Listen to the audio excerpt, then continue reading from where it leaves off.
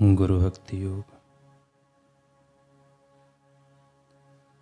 गुरु की सहाय के बिना कोई आत्मज्ञान नहीं पा सकता। गुरु कृपा के बिना दिव्य जीवन में कोई प्रगति नहीं कर सकता।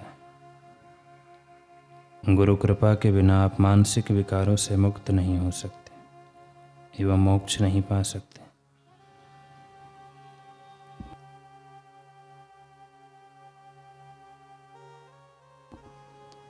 अगर आप अपने गुरु की मूर्ति का ध्यान करने की आदत नहीं डालोगे तो आत्मा का भव्य वैभव एवं सनातन ज्योति आपसे सदा के लिए अदृश्य रहेगी।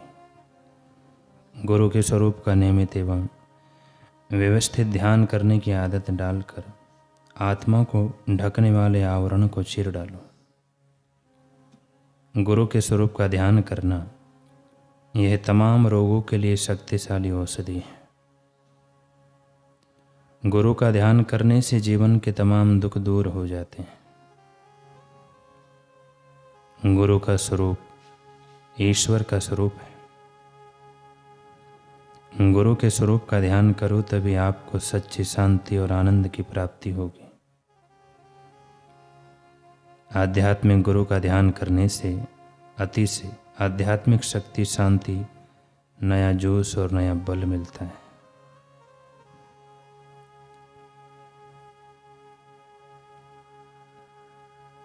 गुरु सप्तम नाथ जी नालंदा विश्वविद्यालय के आचार्य थे। वे केवल किताबी ज्ञान न प्रदान कर वास्तविक अनुभव सिद्ध ज्ञान प्रदान करने में विश्वास करते थे।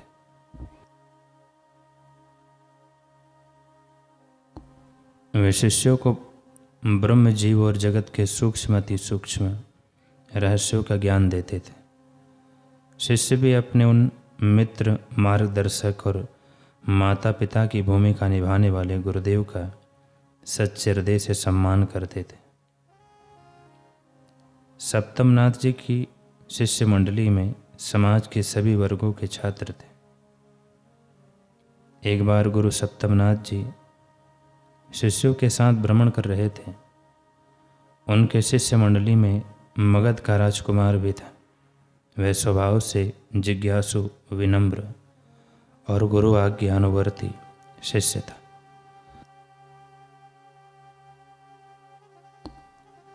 चलते चलते गुरुदेव के स्थान पर ठिठक कर खड़े हो गए। उनके हाथ से छड़ी गिर गई।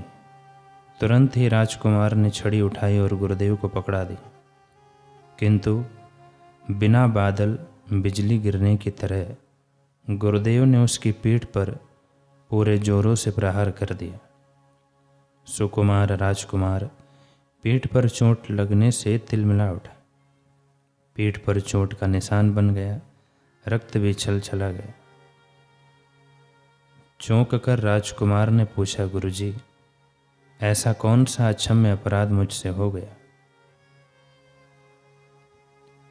गुरुदेव ने कहा, समय पर इसका उत्तर तुम्हें स्वयं मिल जाएगा। कुछ समय बाद गुरुकुल से लौटकर राजकुमार मगध का राजा बन गया। एक दिन राज्यसभा में किसी कार्यवश गुरुदेव का आना हुआ। राजकुमार ने गुरु का यथावत स्वागत पूजन करके उनके अभिष्ट कार्य को पूरा किया। वह अभी उस दिन की घटना को पूरी तरह भूल नहीं पाया था। अतः राजा ने सविनय प्रश्न कर ही दिया कि गुरुदेव, मन में घर कर गई एक शंका का निवारण आपसे चाहता हूँ। मैं यह जानने का पात्र हूँ तो बताने की आप कृपा कीजिएगा। वनस्थली में परिभ्रमण करते हुए उस दिन अचानक में आपका कोप भाजन क्यों हो गया था? आपने कहा था कि समय आने पर मैं बताऊंगा। गुरुदेव, इस शंका का निवारण करिए। गुरुदेव ने कहा, वत्स, उस दिन मैंने तुम्हें पीटा कहाँ था, बल्कि एक कीमती पाठ पढ़ाया था। मैंने तुम्हारे और तुम्हारी प्रजा के भावी कल्याण के लिए ही वैसा किया था। मैं जानता था कि भविष्य में तुम्हें सम्राट बनना है, जिसमें सर्वोच्च न्यायाधीश के रूप में तुम्हें दंड विधान भी करना होगा, किंतु द्वेषवश या प्रमाद से तुम कभी किसी निरपराध को दंड ना दे बैठो। इसलिए निरपराध को अकारण दंड देने से कितना कष्ट होता है, इसका अनुभव मैंने तुम्हें तब करवा दिया था। तुम पूर्णतः सोच विचार कर मानवीय संवेदना को ध्यान में रख के भी किसी व्यक्ति को दंड देना, यही मेरा प्रयोजन था।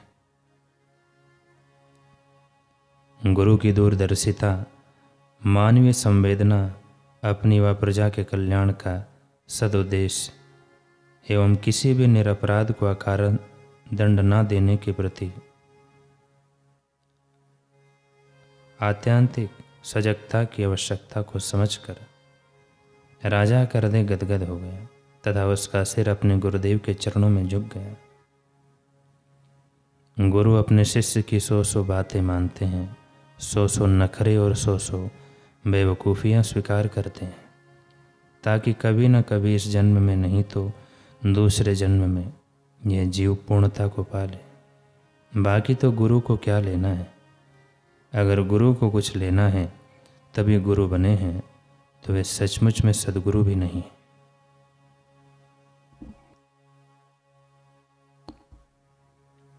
सद्गुरु को तो देना ही देना है। सारा संसार मिलकर भी सद्गुरु की सहायता नहीं कर सकता, परंतु सद्गुरु अकेले पूरे संसार की सहायता कर सकते हैं।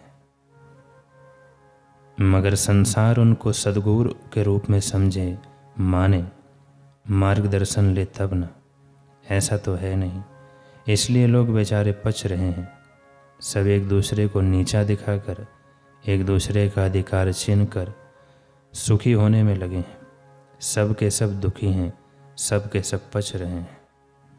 नहीं तो ईश्वर के तो खूब खूब उपहार है। जल है, तेज है, वायु है, अन्न है, फल है, पृथ्वी है। इस पृथ्वी पर ब्रह्मज्ञानी सद्गुरु भी है, तो आनंद से जी सकते हैं, मुक्त आत्मा हो सकते हैं। लेकिन राग में, द्वेष में, स्वार्थ में, अधिक खाने में, अधिक विकार भोगने में, सुखी होने में, मनमुक्ता में लगे हैं। गुरु आज्ञा पालन में रुचि नहीं, इसलिए ज्ञान में गति नहीं। पर जो गुरुदेव की आज्ञा पालन में रुचि रखते हैं, उनको गुरु ज्ञान नित्य नवीन रस, नित्य नवीन प्रकाश देता है। वे जीवन मुक्त हो जाते हैं। वे परम सुख में विराजते हैं, परम आनंद में, परम ज्ञान में, परम तत्व में एकाकार रहते हैं।